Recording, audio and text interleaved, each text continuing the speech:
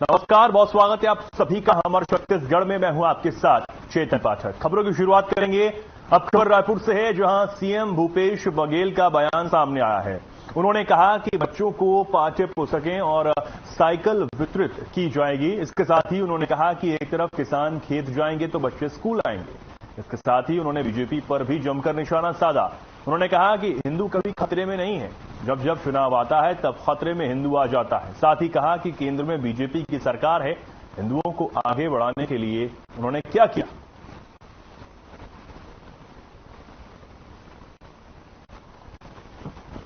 का आयोजन भीषण गर्मी को देखते हुए 16 जून की तारीख को बढ़ाकर 26 जून किया गया और सुखद संयोग अच्छी बारिश भी हुई है, मौसम बहुत बढ़िया हो गया है। तो एक तरफ किसान अपने खेतों में जाएंगे तो दूसरी तरफ बच्चे स्कूल जाएंगे और उसी के साथ साथ स्कूल में कापी पुस्तक और बस्ता और साइकिल सब वितरण का कार्यक्रम भी प्रारंभ हो गया है। JN पांडे स्कूल बहुत ही प्राचीन स्कूल हमारे छत्तीसगढ़ के रायपुर का ये ऐतिहासिक विद्यालय, जहाँ 4 मुख्यमंत्री हुए, एक उपराष्ट्रपति हुए, इस स्कूल से पढ़ के निकले हैं। तो और बहुत सारे युवती यहाँ अध्ययनरत किए हैं। तो इसलिए बहुत ही महत्वपूर्ण ये स्कूल और इसे स्वामी आत्मानंद हिंदी उत्कृष्ट विद्यालय योजना में शामिल किया गया है और इसके रिनोवेशन के लिए 5 करोड़ रुपए की राशि की मैंने घोषणा भी की है।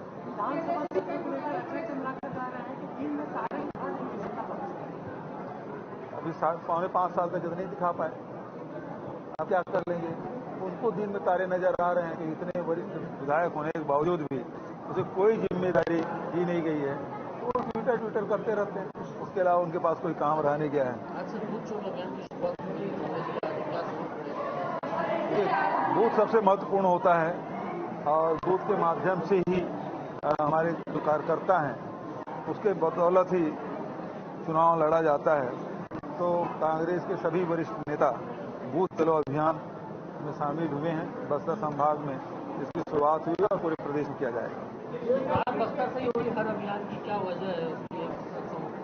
संभागीय सम्मेलन बस्तर से शुरू हुआ, नहीं संभागीय सम्मेलन जरूर हुआ है, लेकिन उसके पहले आप देखेंगे और बहुत सारे कार्यक्रम हैं, वो अन्य जगहों में भी इसकी शुरुआत हुई है। तो बस्तर में चूंकि बारिश पहले हो जाती है तो इस कारण से पहले थोड़ा तेजी से करो वहाँ, उसके बाद फिर दूसरी जगहों में। मतलब अजय चंद्राकर जी चाह रहे हैं कि वो लोग तुरंत जल्दी अंदर हो जाए। तो बात यह है कि जो विधि सम्मत कार्रवाई है वो होगी, इसे दम दिखाने की क्या बात है। अमित जोगी जी वैसे कह रहे हैं मुझे गिरफ्तार करके दिखाओ, गए ना। तो अब अजय चंद्राकर जी का नाम नहीं है उसमें, लेकिन यदि जांच में जो भी व्यक्ति आएगा उसके खिलाफ कार्रवाई होगी। पहले अभी तो यह है कि फर्दर इन्वेस्टिगेशन के लिए कोर्ट ने आदेश दिया है। हमारे पुलिस के अधिकारी पूरे फाइल का अध्ययन कर रहे हैं और अध्ययन करके आगे बढ़े। महत्वपूर्ण बात यह है कि गरीबों का पैसा, आम जनता का पैसा, मेहनत का मजदूर, व्यापारी, किसान, उसका पैसा उसमें गया है और वो पैसा डकार गए। तो महत्वपूर्ण बात यह है कि वो जो इन्वेस्टर है, जो खाता धारक है, उसका पैसा वापस होना चाहिए। और जिन्होंने पैसा दबाया है, गरीबों का, मजदूरों का, किसानों का, नौकरी पेशा वाले लोगों का, उसके खिलाफ कार्रवाई होना चाहिए। महत्वपूर्ण बात यह है कि उन लोगों को पैसा वापस हो और वो जहां भी इन्वेस्ट हुआ हो तो पैसे को भाई दबा तो, और जहां भी इन्वेस्ट हुआ है उसको वसूली की जाएगी, पैसा वापस कराया जाएगा। लेकिन दुख की बात यह है कि भारतीय जनता पार्टी की सरकार रही है 2004-5 का मामला है, शायद 6 का मामला है। नार्को टेस्ट तो 7 में हो गया था, लेकिन न जांच कराए, न ही इन्वेस्टर का पैसा वापस कराए। जैसे चिट फंड कंपनी का पैसा आम जनता का लूट के ये लोग लुटेरे भाग गए और इन्हीं के शासनकाल में हुआ।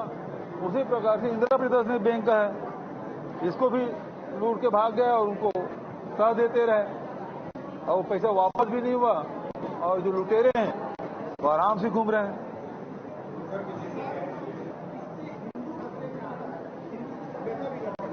हिंदू कभी खतरे में नहीं था, ये इनके पद खतरे में है और इसलिए उनको लगता है कि हिंदू खतरे में है। जब जब चुनाव आता है हिंदू खतरे में पड़ जाते हैं। अरे कितने संस्कृति और कितने देश दुनिया के मानचित्र में आए, वो मिट गए, लेकिन भारत का अस्तित्व कभी समाप्त नहीं हुआ। हिंदू कभी खतरे में नहीं है, चाहे कितने आक्रमणकारी आए, कोई भी परिस्थिति बनी, कभी हिंदू खतरे में नहीं था। आज कैसे खतरे में हो जाएगा स्वतंत्र देश में?